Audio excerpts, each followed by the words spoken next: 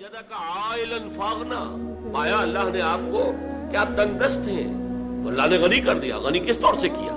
حضرت خدیجہ سے شادی ہوئی 25 برس کی عمر میں، جو عرب کی متمول ترین خاتون، ان کی اپنی فرمائش پر یہ شادی ہوئی، انتہائی محبت کرنے والی۔ تو واقعہ میں آپ کو سنا رہا تھا کہ اس زمانے میں یہ 25 برس سے لے کر اور 40 برس کی عمر شریف کے مابین کبھی یہ واقعہ پیش آیا ہے کہ حضور ایک دفعہ کہیں نکل گئے مکے سے باہر، مختلف وادیاں ہیں، پہاڑ ہیں، پہاڑوں کے مابین وادیاں ہیں۔ ایک وادی میں آپ نے دیکھا وہ قبیلہ آ کر پڑاؤ ڈالے ہوئے ہیں، انتہائی مفلوق الحال، بھوک کی وجہ سے جسم سوکھ کر کانٹے ہوئے ہیں، تن پر کپڑے نہیں ہیں۔ حالت دیکھ کر آپ آئے، انتہائی ملول اور غمگین ہو کر گھر میں آ کر چادر لے کر لیٹ گئے۔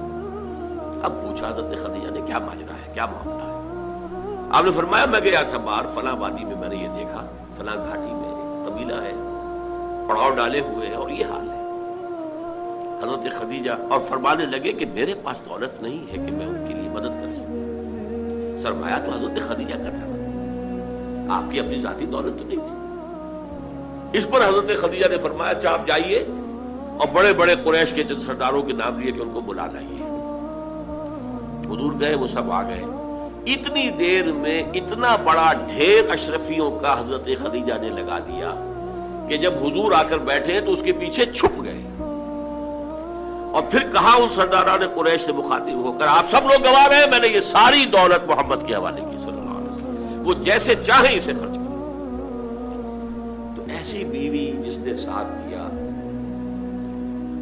میں اگر اس موضوع پر چونکہ میرے کچھ خاص احساسات ہیں اس میں وہ بیان کروں گا تو پھر بہت وقت نکل جائے گا کہ حضرت خدیجہ رضی اللہ تعالیٰ عنہ کا کیا مقام تھا جسے ہم میں سے اکثر نہیں جانتے۔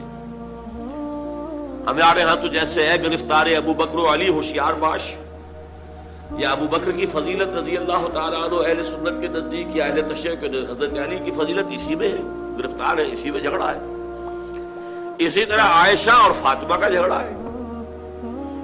ایک گروہ ہے کہ جو حضرت عائشہ رضی اللہ تعالی عنہا کو بہت بلند کرتا ہے، اونچا رکھتا ہے، دوسرا گروہ ہے جو حضرت فاطمہ رضی اللہ تعالی عنہا۔ لیکن یہ کہ حضرت خدیجہ الکبریٰ کا ذکر نہیں ملتا، بہت کم ملتا۔ بلکہ میں نے جب ابھی شاید 2-3 سال ہوئے جب میں گیا تھا ایران، اور وہاں کے اچھے مشاہدات میں سے تہران کے ایک یہ بھی تھا کہ انہوں نے خالص خواتین کی یونیورسٹی قائم کی ہے، اس کا نام رکھا الجامعۃ الزہراء، حضرت فاطمہ رضی اللہ تعالی عنہا کے نام پر انہوں نے یونیورسٹی قائم کی۔ تو جب ایک ملاقات میں ان کا وہ ٹاپ کا سٹاف وغیرہ جمع تھا یونیورسٹی کا، میں نے کہا کاش آپ نے اس کا نام جامعۃ الخدیجہ الکبریٰ رکھا ہوتا تو چونکے۔ میں نے کہا دیکھیے یہ سنیوں اور شیعوں کے مابین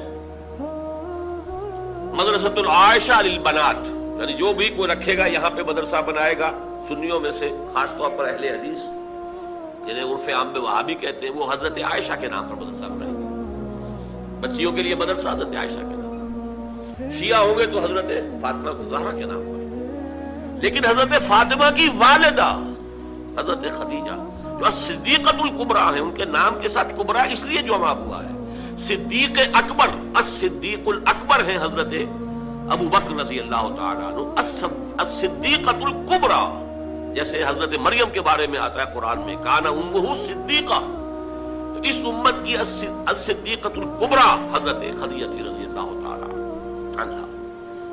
اور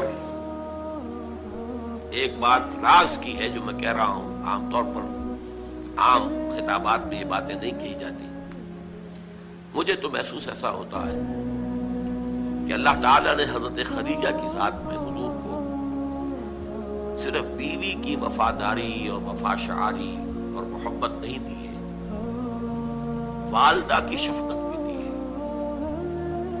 حضور محروم ہوئے بہت ارلی عمر میں، والد کو تو دیکھا ہی نہیں، والدہ کی شفقت سے بھی بہت محروم۔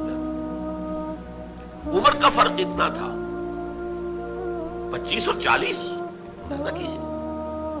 اور آپ کو معلوم ہے میری نانی میرے بڑے ماموں سے 13 برس بڑی تھی، 13 برس میں ان کی ولادت ہو گئی تھی، اور عرب کا معاملہ تو اور گرم ماحول کا تھا۔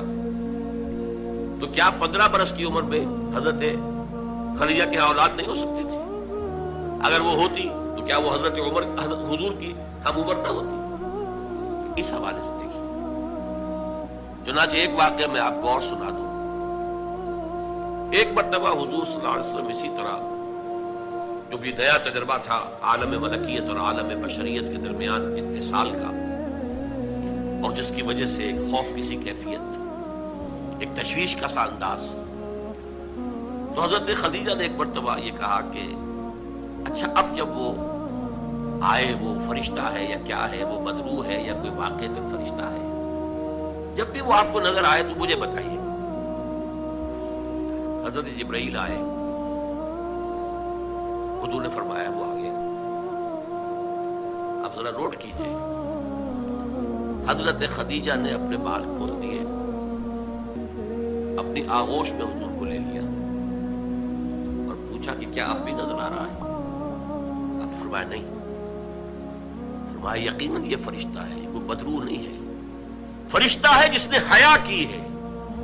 اگر کوئی بدروح ہوتی تو ادھر لذت لیتی، وہ غائب نہ ہوتی. اب آپ اندازہ کیجئے عظمت فکر، سوچ کا، آپ کے فکر کا، شعور کی بلندی کا. بہرحال سن 10 نبوی کا تذکرہ کر رہا تھا حضرت خدیجہ کا انتقال، ابو طالب کا انتقال.